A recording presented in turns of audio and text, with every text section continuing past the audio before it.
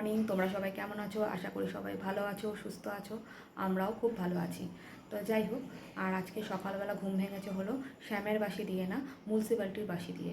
তো লোকটা সকাল সকাল চলে এসছে আর ব্যাস ঘুমটা ভেঙে গেল। যাই হোক, এখন 9:30 বাজে।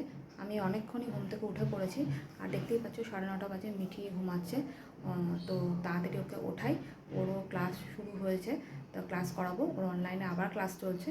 তা যাই হোক, আর বাইরে দেখো, দেখতে পাচ্ছ খটখটে রোদ উঠেছে। তো বৃষ্টি হয়েও কোনো লাভ হচ্ছে না। যাই হোক, চলো আজকে সকালটা কেমন কাটে দেখি। ঠাকুরকে ডাকি যে সবার যেন ভালো কাটুক, এটাই কামনা করি। তো চলো আমি আমার সমস্ত কাজকর্ম করে নিই। এই দেখো, আমি ময়লা ফেলতে এসেছি আর ও এসে হাজির। যখনই আমি ময়লা ফেলতে আসি তখন ও ঠিক যদি দেখে নিয়েছে সকালবেলা, ঠিক ও চলে আসে। মিঠিকে স্কুল থেকে দিয়ে আসার সময় ওকে আমি দেখতে পাই। আর এই যে দেখছো তুলসী গাছগুলো দেখাচ্ছি, এইখানটা না পুরোটাই তুলসী গাছে ভরে যায়, সবুজ হয়ে থাকে, খুব সুন্দর লাগে দেখতে। যাই হোক, আর এইদিকে দেখো ও দাঁড়িয়ে আছে, খাওয়া দাওয়া হয়ে যাবে, ও দাঁড়িয়ে থাকবে কিছুক্ষণ, তারপরে ও চলে যায়। আবার দেখতে পেলে ও আসে। আর পুরো তুলসী গাছে এত সুন্দর ভরে থাকে কি বলবো। আর আমি যখন ওকে খেতে দিয়ে আসছি তখন দেখি মাছগুলো সামনে চলে আসছে। তখন বুঝতে পেলাম যে ওদের খিদে পেয়ে গেছে। ওদেরকে সারাদিনে আমি একবারই খেতে দিই। তোমরা কবার খেতে দাও সেটা জানিও কমেন্ট করে, যাদের বাড়িতে এরকম অ্যাকোরিয়াম আছে বা বোল আছে মাছের। তা তোমরা ভাববে ভিডিওটা আমার অন্ধকার কেন, কেননা এই ঘরে শুভ্রজিৎ ঘুমাচ্ছিল, তাই আমি এই অন্ধকারের মধ্যে ভিডিওটা করে নিয়েছি। আর এই যে ছোলা ভিজিয়ে রেখেছিলাম, ওগুলোর অঙ্কুর বেরিয়ে গেছিলো। তা মিঠিকে বললাম খা, সে আর কার কথা শোনে।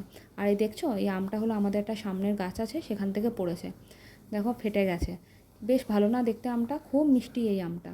আর মিঠিকে গানে বসতে বলেছি, সে আর কে আর কার কথা শোনে, গানে তো প্র্যাকটিস করতে তো চায় না।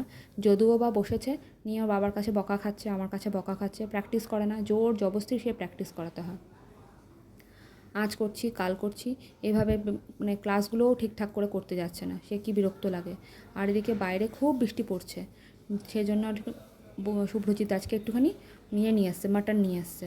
তা আমার সব কিছু কাটাকাটি হয়ে গেছে, সব রেডি করে রেখেছি, এবার এখনই বসিয়ে দেবো। এতটাই লেট হয়ে গেছে কি বলবো। একটুখানি মিঠিকে পড়তে বসিয়েছিলাম, আর কি বলে গানেও বসিয়েছিলাম। আর এদিকে প্রেশারটা দেখেছো উল্টে গেছে। ভিডিওটা ভুল হয়ে গেছে একটু করা, আমাকে ক্ষমা করে দিও আর পারলে। আর দেখো মানে এমন বৃষ্টি হয়েছে, মানে 1 ঘন্টাও না, আধ ঘন্টার মধ্যে এমন বৃষ্টি হয়েছে, পুরো আমাদের ড্রেনটা না ভরে গেছে জলে।